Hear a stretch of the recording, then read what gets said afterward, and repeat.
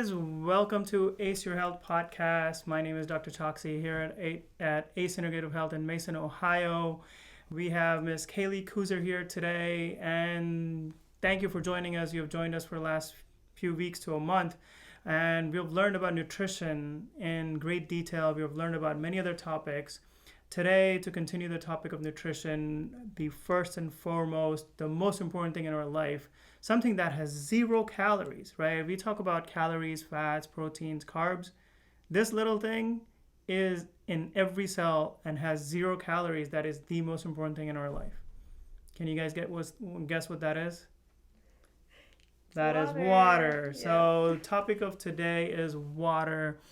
It is absolutely the most important thing on our planet. Without water, we could not survive.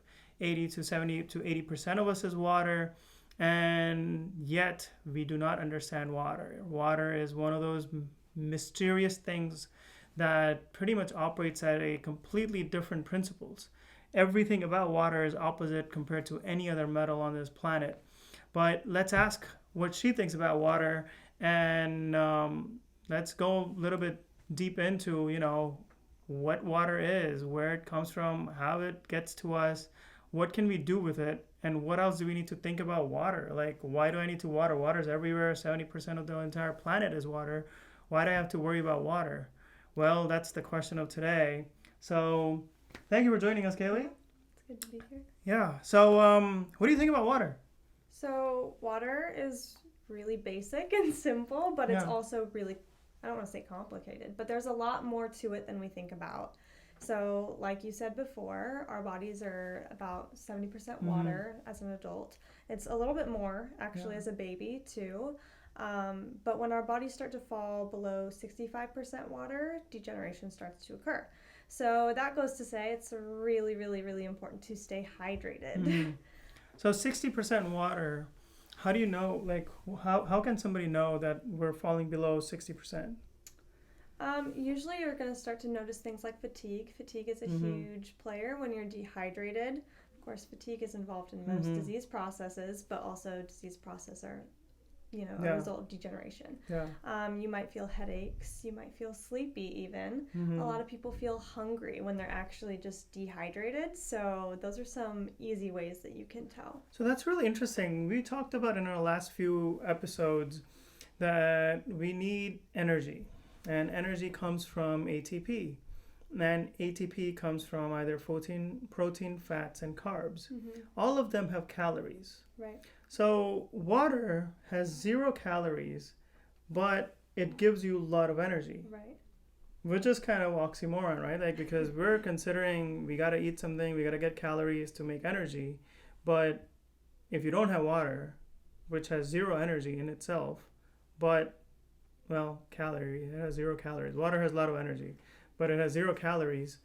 It gives you, if you don't have enough of it, then you become really tired and fatigued. So that's a really good point to know. So in terms of water, right, like we've heard about all different types of water. There are different companies that are out there. There's this whole concept of where does water come from? Right now, if I turn on my faucet, what do we think about that water? And where does it come from? Is it the best water that I want to drink? What do you think about water? So a big problem with tap water, and a lot of people think water is just water, which seems logical, right? It's water, right? But the source of your water is really, really important because tap water usually contains like PCBs, phthalates. Wait. What's PCBs, phthalates? Because a lot of us don't know what that is. Yeah, these are plastics. So they're like remnants. They're things that you want to avoid. They can be estrogen mimickers, so xenoestrogens. They can act like estrogen in your body, but in like a really bad way. Because, some estrogens are good and some are not. And then it can have like aluminum, lead, pharmaceutical, like drug remnants, which can be really dangerous because we know, like, we don't want to be on a drug that we're not supposed to be on, right?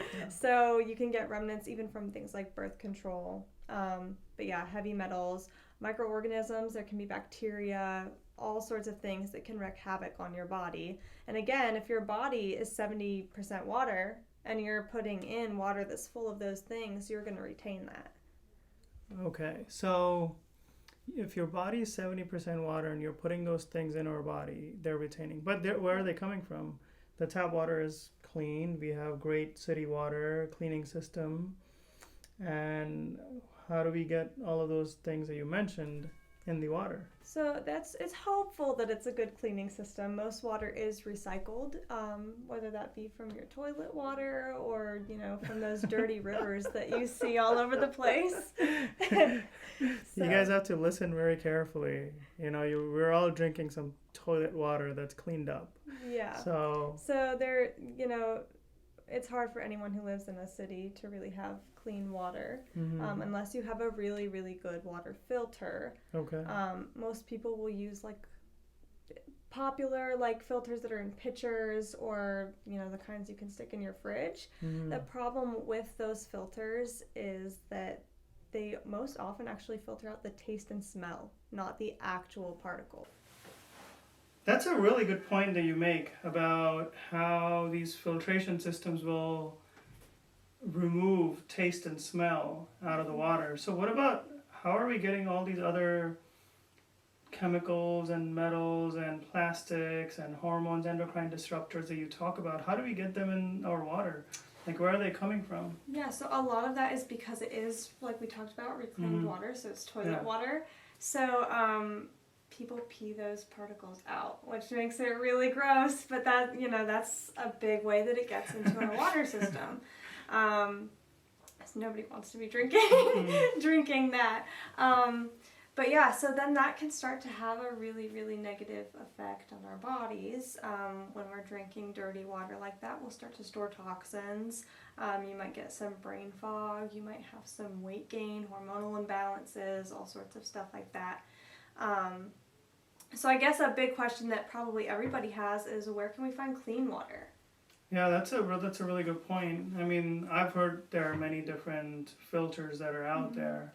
And, just like there are different cars, you can get a really cheap car compared to a really expensive car. Similarly, there are different filters that will filter out the smallest of the smallest particles out of it. Right.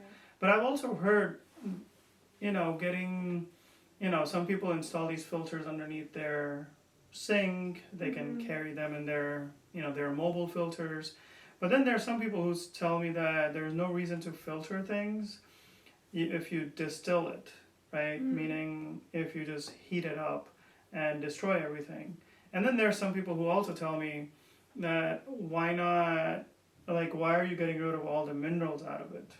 So if you're losing minerals, if you are getting these filters that are removing everything. Right. So what do you think about those type of filters when we remove some things, but then where we may need them, everything, right? Yeah. So at that point, I guess it becomes what we would call dead water. And there are ways that we can kind of, what we say is restructure water. You are really good at explaining this, so I would love for you to explain it to people. So, let me think about this. So, in terms of water, so if you remove everything out of the water, so let's take a step back. So if you go up in the mountains, the water is natural. It's flowing off of the stream, off of the rocks, off of the minerals. All these things are flowing in the water, and you're drinking this water right off the stream that's coming down, and you're drinking it. That water is really the most natural water on the planet, right? Just because there is no other adulteration that has happened. It's just straight up rain converted into drinking water, and you can drink it. Maybe there are some bacteria and things in it, but it's still pretty pure because it's way up there without any pollutions or toxins added to it. Now, once the water comes down to the rivers, enough into our cities, we use them, it goes back out into this filtration systems, water treatment centers in every city and every state. We have many, many different strategically placed these water filtration systems. Now that water is going through different pipes. Okay, so the pipes and pipes and pipes and different filters, and it finally makes its way to us, and we're drinking it, and still it's not completely clean. So then we use a different filter. We buy something expensive and we filter the tap water and we drink it again. So now we have water that is pretty much right down to the water. Maybe there's 1 to 10 parts per deciliters, or a billionth of a water particle, like billionth of a particle in per deciliter of water. So if you get that, then that's fine. You only have H2O. So H2O by itself, if you've noticed, right, there are different times you will see different flakes, different structure. Snowflakes are made up of different shapes and designs, and some look really horrifying while some look really beautiful, but they all change structure. So we know that water will structure differently based on what it's on, what type of heat, what type of air, temperature, what type of energy that's surrounding it. Historically, we talk about praying to water or holy water. A lot of us have this kind of a thing going on in our culture, in our religion, in our belief system, where we're using. So there's, back in time, I feel like a lot of people understood this whole energy of water, because water retains some sort of, or water changes shape based on what it's exposed to, whether it's sound vibration, whether it's light vibration, whether it's different temperature and different materials it's touching. Because water is changing shape, it becomes different structure. So this whole concept of structured water that you talk about is, how do we structure water once it's with us? Let's say once we have completely cleaned it out and then we're trying to structure it, because water has memory, right? We're made up of water. Different water in our different parts of the body behave differently. It structures differently as well. And if we look at science under a microscope, the H2O molecule has different angles at which it's bind to, but it will shape its change based on the amount of pressure it's applied to, or amount of heat that's applied to. And you know that because when you boil the water, it expands.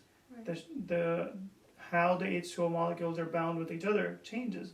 They expand. And then when you're making ice, even though you took one cup of water and you iced it, when the ice came out, the 1 cup became a little bit more than a 1 cup because the water expanded. Instead of contracting it, water still expanded even in an ice form. So water is changing shape, and we see that all the time. We may not understand it completely. We deal with it, and we still may not even think about it. But that's something that we have to think about, how we're structuring our water before it goes in our body. And that's when we can look into using different filtration systems, different vessels, using maybe a round vessel compared to a squared vessel, because the round vessel transfers the surface tension much easier than a squared vessel. So if you put water in a square container, the surface tension is, as far as I believe, it's less. Okay. I think. But then if you do it in a round container, the surface tension is, I think, more. Maybe it might be the other way around, don't quote me on it, but it definitely changes. And apparently keeping things in a round container is better. Look at planet Earth, right? It's round and it's holding on to water much easier than letting it float in outer space. So there's that little bit of tension that it creates much better.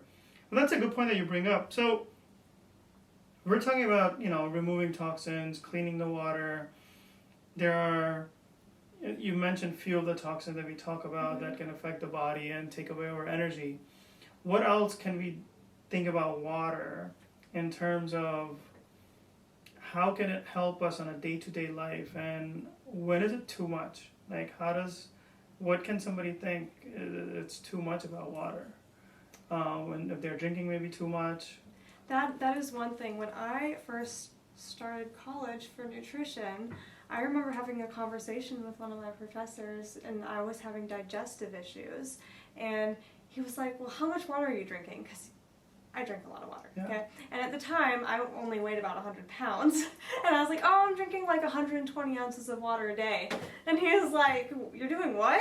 And I was like, yeah, I thought that was like a good amount to drink. And he was like, you should be drinking somewhere around half your weight in ounces. So for me at that time, that would have been about 50 ounces of water. And so he explained to me how if you're drinking water, especially in high quantities, too close to your meals, it's going to dilute the hydrochloric acid in your stomach, so you're not going to break down food as much. You're not going to break it down as well because you need that acid to be strong and very, very acidic so it can break down food. But if you're adding a bunch of water, which is a neutral pH, then you're kind of neutralizing your stomach acid so it can't break food down as well. That's a very good point. Most of us don't even realize what she just said. She just said that by drinking a lot of water, we're neutralizing the acid and because of that she had digestive issues because of undigested food went through her stomach without being digested into her intestines, and that caused issues, whether it's bloating, cramps, diarrhea, constipation, whatever. How many of us drink big sodas, drinks, waters during our meals or within 40 minutes of the meal? Well, any restaurant you go to, you'll sit down, they bring you a glass of water, and they constantly come and refill it. So we're not even conscious of how much water we're drinking with every meal, especially if we're out to eat. There are a lot of, I've heard in the past that some people say to lose weight, you want to drink about 3 to 8 ounces of water before eating. To fill you up. To fill you up, and what do you agree with that statement? I don't agree with that, personally, just because when you're trying to lose weight, you want to give your body all the optimal, environments to function and funnel through everything that you put inside. The better solution there would be to eat more fiber in your meals so that you feel more satiated, because that's what you're trying to do with filling up on water, is to reduce your hunger and to be satisfied more quickly. That's really interesting. So one of the other things it would do is, I feel like if you drink water right before eating, your body has preheated your oven, right? Your stomach is ready for food. All the acid is like ready. It's ready to digest food. It's making you feel hungry. And you're drinking water and you're deacidifying it, trying to make yourself feeling full, right? So fiber would be a great choice to make yourself feeling full. Instead of water, you could have that, and your acid that you preheated, your oven, will digest those fiber. But that's a side effect, I feel like. If you drink a lot of water even prior to eating or within 40 minutes or an hour of eating without allowing your food to digest, it will just deacidify. It will just decrease your acid levels in your stomach, and then you're kind of screwed, because either you didn't have acid to begin with, so your food didn't get digested. It's like putting a cake in an oven that's not been preheated. Or you preheated it and then you added a lot of cool air in it, right? Yeah, and then it's just going to sit there. So it's just going to sit there. It's not going to get digested. Right. And then if you did have it preheated, you did add the cake in your oven, and then within the 30 minutes or while it was baking, while food was getting digested, you drank 20 ounces of cold water, which is like adding cold air. You keep throwing that back in there, and you're like, wow, why isn't my cake fluffy? That's exactly what it is. Like, and then, a lot of times our body responds by adding more acid. Because your body knows, hey, look, you just drank a glass of water that deacidifies my stomach, so now I have to add more acid or somehow produce more acid in the stomach. And the body's going to make not 1 cup of more acid, it's going to make 2 or 3 cups of more acid to bring the acidity level right down to where it needs, or acidity level right to where it needs it. So pH level comes down, the higher the acidity. So then people complain, like they tell me they're having acid reflux. Right. Yeah. So the root cause was water, and when we drank water. That's a pretty cool point that you brought up about when to drink it and what happened to you, and that's really cool. So, in this session today, the few things that we addressed, let's just summarize this point before we go into even more details about water and how we can practice this.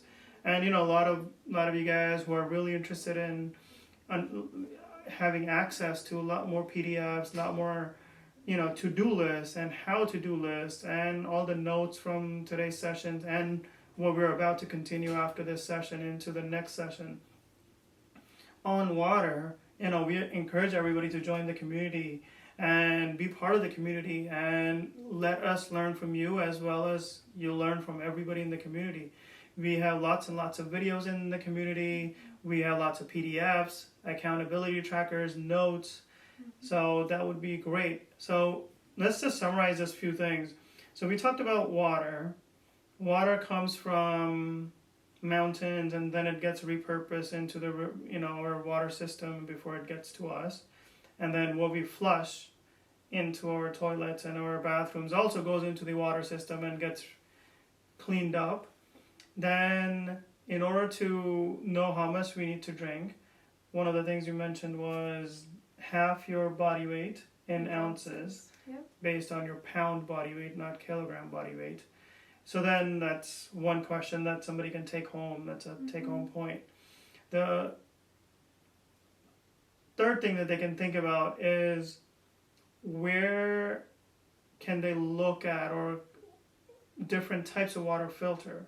If the tap water isn't the best in your city, wherever you are, then looking at different filtration systems to help yourself get at least a cleaner water so that those other pollutants aren't there. So that's another take-home point. Once the water is there, after it's cleaned out, then we think about structuring the water to allow it to have the best positive experience. And the concepts of holy water and many other concepts of structuring water are out there. So, people will go out there and look at those things. They'll join the community. You guys are welcome to join the community and learn how to structure water as well. And we have videos that will show you how to do that as well. So that's a good point. And then the last thing about water that I guess everybody should think about is how it can harm you. If you drink water while eating, it can leave your food undigested. So that's something that all of us need to think about in terms of how we ingest water. Anything else you want to say? I know some people might be asking, because a lot of people are so conditioned to having a beverage with a meal. Oh, yeah. What can we drink with meals? Like, what can we have if you feel the need to wash stuff down? Yeah. So normally I say lemon water or something that's acidic.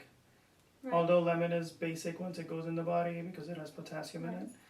But something that's acidic like lemon water or citrusy things, you can add cinnamon or make a little tea. Right. Like there are many different types of teas. And even having hot water goes a long distance. Yeah. Hot water with a little bit of lemon or a small bit of hot tea. Yeah. I say 6 ounces or less usually. Yeah. And that way you have something to sip on if you feel like you need to wash something down, but you're not having enough to really dilute. Yeah, that's absolutely right. That's another topic that we can go into, and we'll teach you about all of these things in the community.